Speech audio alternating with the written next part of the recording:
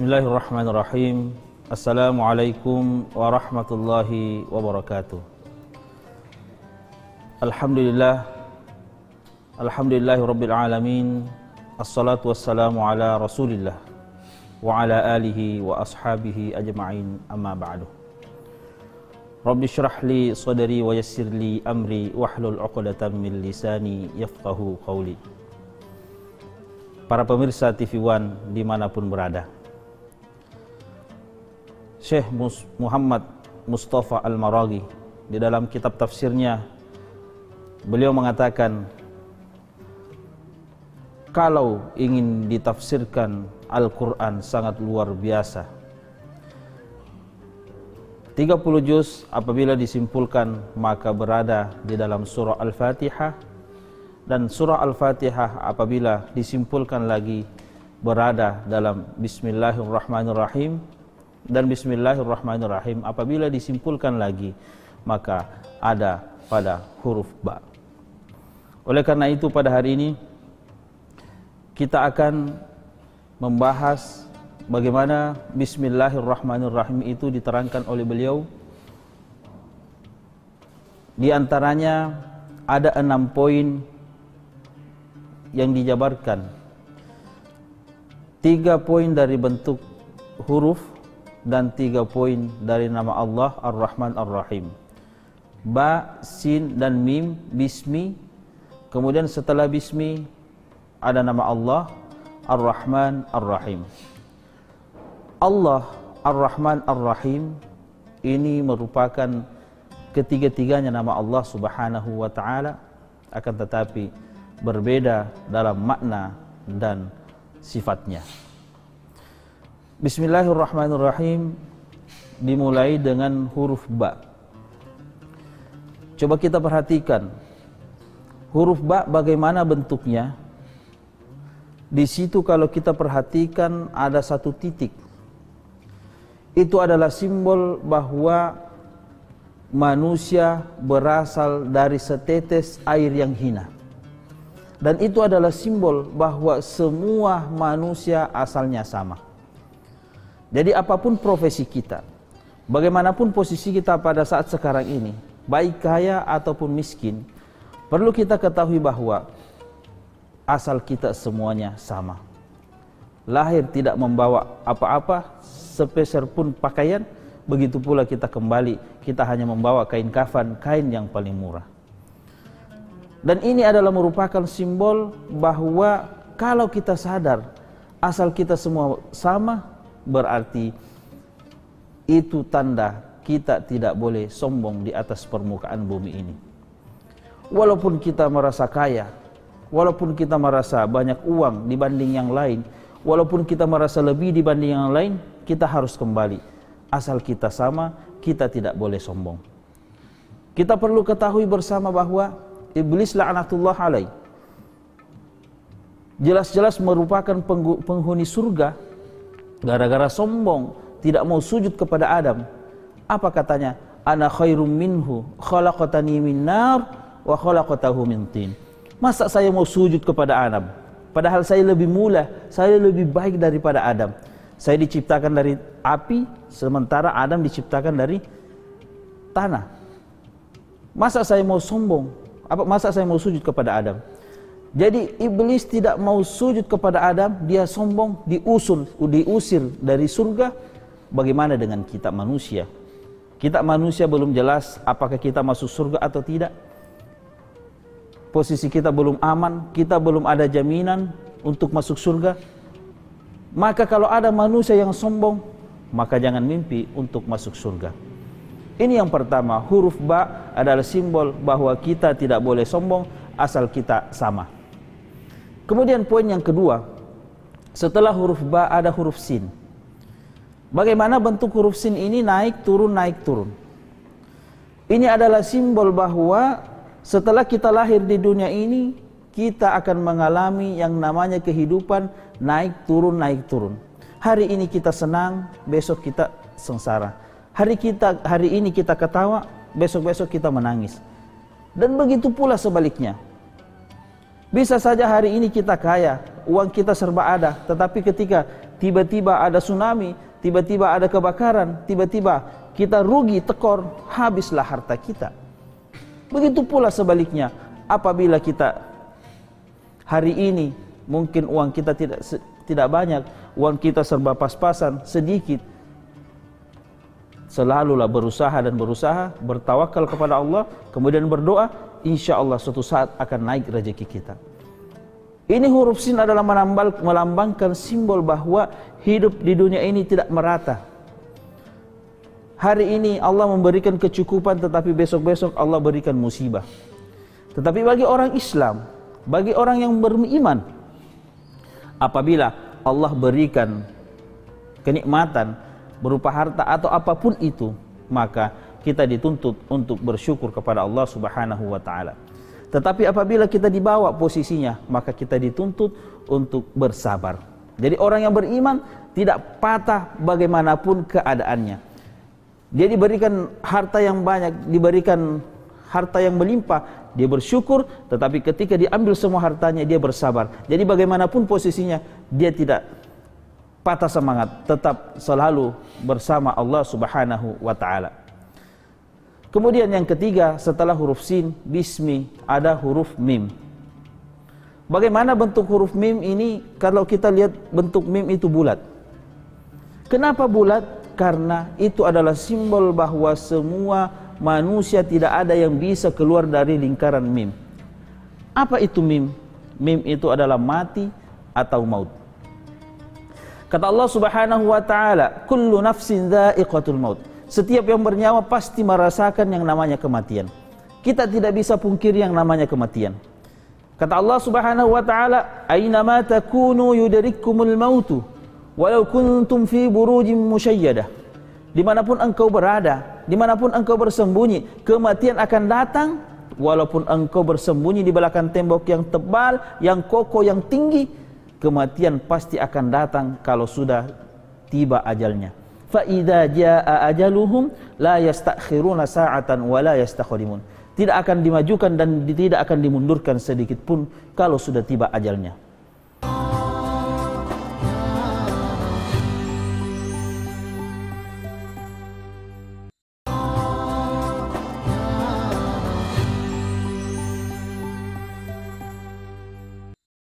Para pemirsa TV One yang dimuliakan Allah Subhanahu wa taala. Jadi kita kembali bahwa semuanya kita akan mati. Mim ini adalah simbol bahwa kita tidak akan lepas dari kematian. Karena kenapa? Kematian ini adalah merupakan awal untuk kita mendapatkan semua pahala-pahala yang pernah kita lakukan di dunia ini. Makanya kalau kita ingin berpikir, selalu berdoa, ya Allah masukkan saya surga, masukkan saya surga. Orang tidak akan bisa masuk surga tanpa melewati yang namanya pintu mati. Oleh karena itu, kematian bagi orang yang beriman bukan dicari, tetapi orang beriman selalu senantiasa untuk bersiap-siap yang namanya untuk mati. Kenapa? Karena akan mendapatkan segala jerih payah ibadah-ibadahnya sewaktu hidup di dunia. Dan perlu kita ketahui juga bahwa kematian kita tidak bisa hindari. Kematian kita tidak bisa cari juga. Kenapa? Karena kalau kita cari atau kita hindari, kematian pasti juga akan datang. Makanya kalau kita pikirkan bahwa bagaimanapun keadaannya, reda atau tidak reda, mendaftar atau tidak mendaftar, pasti kita terdaftar di dalam kuburan. Hari ini kita mengantar mayat, besok kita lah yang diantar ke kuburan. Hari ini kita yang mensolati jenazah, sebentar lagi kita lah yang disolati. Hari ini kita menangisi orang, sebentar lagi kita lah yang ditangisi. Hari ini kita yang memandikan jenazah, kita yang mensolati jenazah, kita yang mengurus mayat, sebentar lagi kita lah yang diurus mayat kita. Hari ini kita di atas tanah, sebentar lagi kita di bawah tanah. Artinya apa? Kematian pasti akan datang kepada kita. Dan tentu kalau kita ingin berpikir bahwa kalau orang berpikir 5 tahun, 10 tahun, 50 tahun atau 100 tahun ke depan, kira-kira kita masih ada di dunia ini enggak? Tentu jawabannya tidak. Kalau 5 tahun mungkin masih ada yang hidup.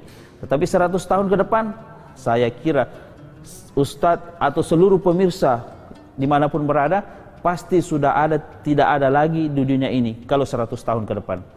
Ini menandakan bahwa kita akan mati. Yang jadi masalah adalah apakah kita sudah siap untuk menghadapi yang namanya mati.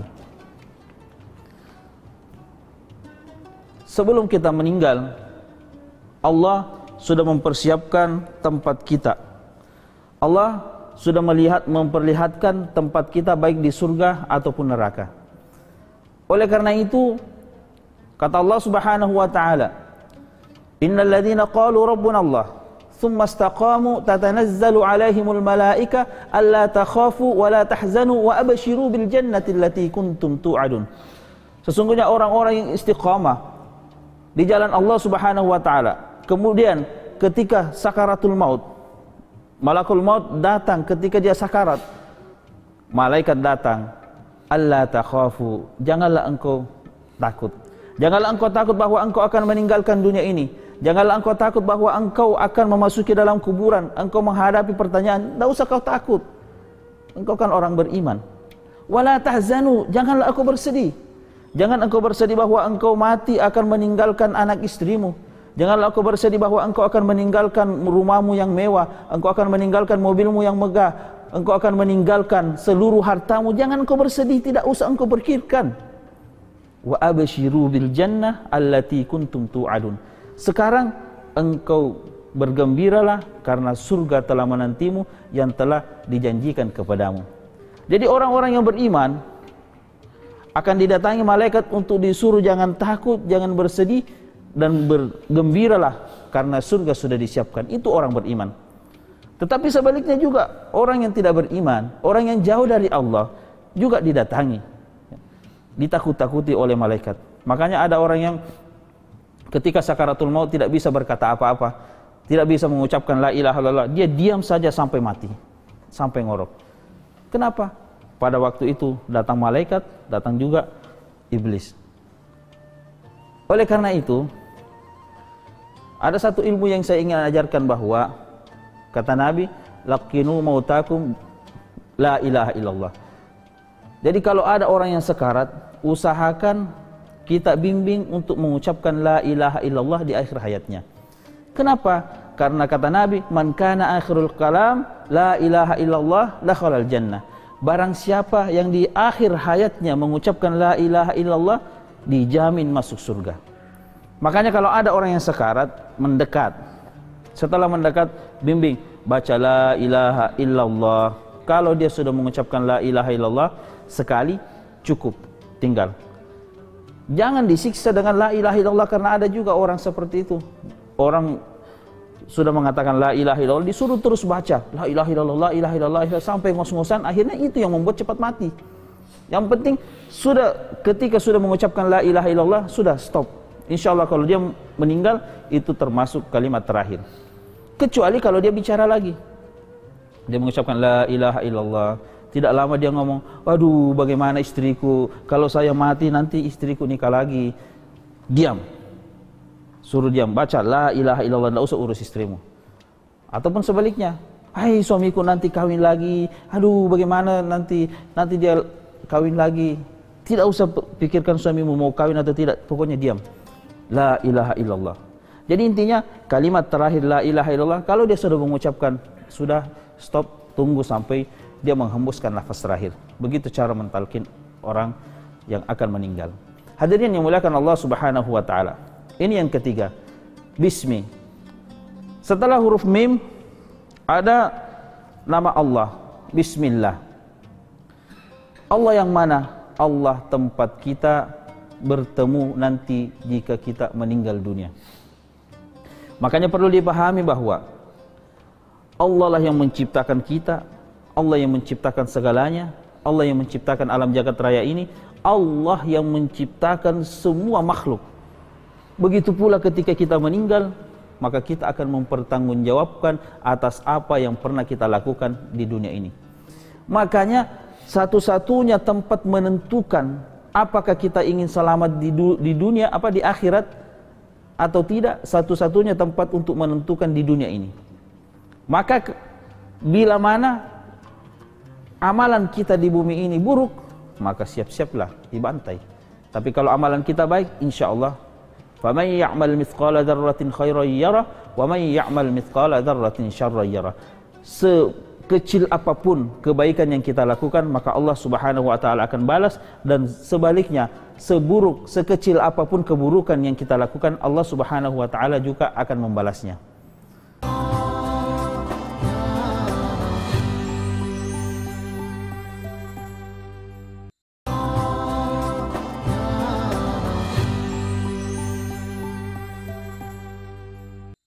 Nah, ini yang ketiga, yang keempat, bismillah. Kita akan ketemu dengan Allah Subhanahu wa taala. Kita akan mempertanggungjawabkan segala apa yang pernah kita lakukan. Setelah ada nama Allah, bismillahirrahman. Yang kelima, ada nama Ar-Rahman, Maha Pengasih. Begitu Maha Pengasihnya Allah, Allah Subhanahu wa taala tidak memilah dan memilih siapa yang beribadah kepadanya Allah berikan rezeki. Tidak. Allah Subhanahu wa taala tidak memilah dan memilih siapa yang jauh dari Allah, siapa yang rajin maksiat, Allah tidak berikan rezeki. Tidak. Intinya semua manusia, baik orang Islam maupun non-Islam, baik orang rajin beribadah maupun tidak rajin beribadah, maupun ahli ibadah maupun tukang maksiat, kalau dia bekerja, pasti Allah Subhanahu wa taala berikan rezeki. Inilah Maha Rahmannya Allah. Begitu pengasihnya Allah, Allah tidak memilah dan memilih siapa yang Allah berikan rezeki. Bahkan mohon maaf, orang yang tidak pernah ibadah, orang yang tidak kenal Islam pun, Allah kadang-kadang berikan harta yang lebih banyak daripada kita yang dekat kepada Allah Subhanahu wa taala. Dan ini terbukti. Inilah namanya sifat Ar-Rahman Allah. Semuanya Allah Subhanahu wa taala berikan fasilitas, termasuk makhluk lain, termasuk tumbuh-tumbuhan. Allah berikan fasilitas udara. Ya, kita semua diberikan udara yang gratis tanpa disuruh bayar. Kita semua diberikan fasilitas cahaya matahari yang gratis tanpa disuruh bayar. Kita semua diberikan fasilitas kenyamanan di dunia ini tanpa disuruh membayar. Itulah sifat Ar-Rahmannya Allah Subhanahu wa taala. Tetapi jangan cemburu bagi kita yang rajin beribadah. Nanti mengatakan, masa saya rajin ibadah, tetangga saya jauh dari Allah, hartanya lebih banyak daripada saya. Jangan cemburu, karena setelah ada Ar-Rahman, ada yang keenam adalah Ar-Rahim. Apa itu Ar-Rahim? Maha Penyayang. Apa artinya? Maha Penyayang Allah Subhanahu wa taala ini berlaku hanya di akhirat. Kalau Ar-Rahman Maha Pengasih tadi diberikan semua, tidak pandang bulu. Di dunia, itu hanya di dunia berlaku. Tetapi Ar-Rahim hanya berlaku di akhirat. Artinya apa? Orang-orang yang rajin tadi beribadah, maka Allah Subhanahu wa taala akan sayangi. Orang-orang yang dekat kepada Allah, maka Allah masukkan ke dalam surga, atau Allah akan menyayangi. Tetapi orang-orang yang jauh dari Allah, orang yang tidak kenal Allah, atau tukang maksiat, tidak bertobat sebelum dia meninggal, itulah orang-orang yang tidak akan disayangi di hari kemudian. Orang-orang yang tidak disayangi maka akan dimasukkan ke dalam neraka. Orang-orang yang disayangi akan dimasukkan ke dalam surga Allah Subhanahu wa taala.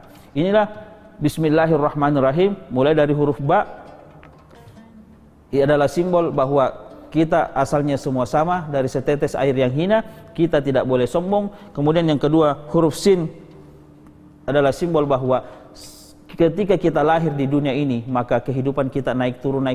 Hari ini senang, besok sengsara. Hari ini kaya, besok miskin. Atau hari ini miskin, berusaha karena insya Allah Allah akan mengayakan kita. Kemudian setelah huruf sin ada huruf mim. Huruf mim bentuknya bulat. Kenapa bulat? Itu menandakan bahwa kita tidak bisa lepas dari huruf mim, yaitu maut atau kematian. Kemudian setelah huruf mim ada nama Allah. Allah, ketika kita mati kita akan bertemu dengan Allah. Kemudian setelah nama Allah kita ada nama Ar-Rahman. Ar-Rahman yang Maha Pengasih, Allah memberikan segalanya. Dan setelah ada Ar-Rahman ada Ar-Rahim yang Maha Penyayang. Yang mana Maha Penyayang Allah Subhanahu wa taala hanya berlaku di akhirat.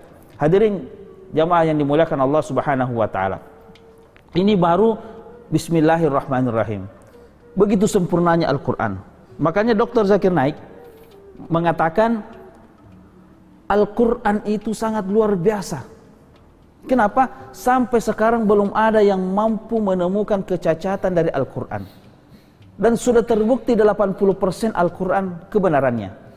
Baik yang berbicara tentang sejarah, semua ada peninggalannya. Al-Quran berbicara tentang nabi-nabi, semua ada peninggalannya. Al-Quran berbicara tentang ilmu pengetahuan dan teknologi, itu semua sudah terbukti. Al-Quran berbicara tentang ilmu apapun, itu sudah terbukti dengan adanya perkembangan ilmu pengetahuan sekarang. Itu sudah 80% terbukti. Sisa berapa persen lagi? Sisa 20%. 20% ini kenapa belum bisa dibuktikan? Karena hal-hal itu belum terjadi. Apa 20% itu yang belum bisa dibuktikan? Al-Quran berbicara tentang alam kubur, itulah yang belum bisa dibuktikan karena belum terjadi.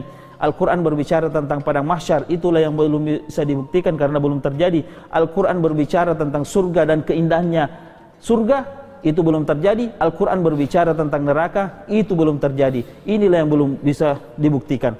Tetapi yakinlah seyakin-yakinnya, Al-Quran akan terbukti 100% ketika kita meninggal dunia. Dan itu akan dibuktikan nanti ketika kita meninggal.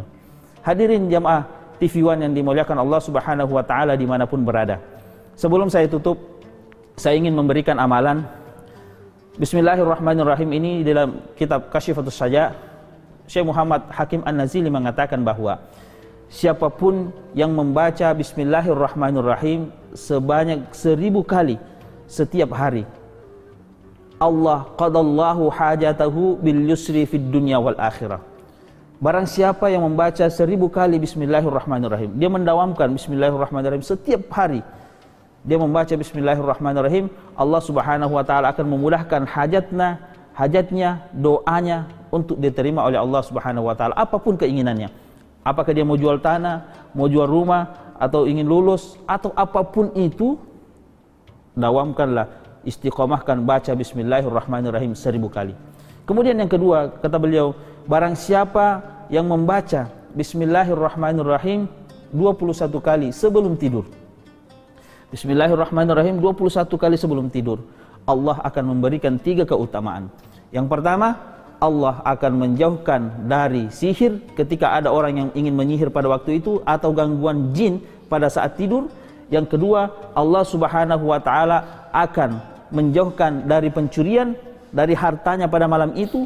Kemudian yang ketiga, Allah Subhanahu wa Ta'ala akan menjauhkan dari mati mendadak. Karena banyak orang tidur tidak bangun-bangun lagi, itu namanya mati mendadak. Hadirin pemirsa TV One yang dirahmati Allah Subhanahu wa Ta'ala, sebelum kita tutup, mari kita berdoa kepada Allah Subhanahu wa Ta'ala. Mudah-mudahan pada hari ini pembahasan kita tentang sekelumit Bismillahirrahmanirrahim singkat tetapi bisa bermanfaat, dan kita bisa aplikasikan baik dalam hidup kita, dan insya Allah mudah-mudahan bermanfaat di akhirat. Amin. Bismillahirrahmanirrahim. Alhamdulillahirabbil alamin. Assalatu wassalamu ala asrafil anbiya'i wal mursalin wa ala alihi wa ashabihi ajma'in. Allahumma la tada' lana dhanban illa ghafartah, wa la hamman illa farrajtah, wa la daynan illa qadaitah, wa la maridan illa afaitah, wa la maridan illa syafaitah, wa la maridan illa rahimtah, wa la sa'ilan illa ajabtah, wa la hajata min hawaijid dunya wal akhirah innaka ala kulli syai'in qadir. Rabbana ighfir lana wa liwalidina warhamhum kama rabbawna shighara. Rabbana atina fid dunya hasanah wa fil akhirati hasanah wa qina adzabannar. Wa sallallahu ala sayidina Muhammadin walhamdulillahi rabbil alamin. Sekian, lebih dan kurangnya mohon dimaafkan. Hadanallahu wa iyyakum ajma'in. Wabillahi taufiq wal hidayah. Tsumma salam. Assalamualaikum warahmatullahi wabarakatuh.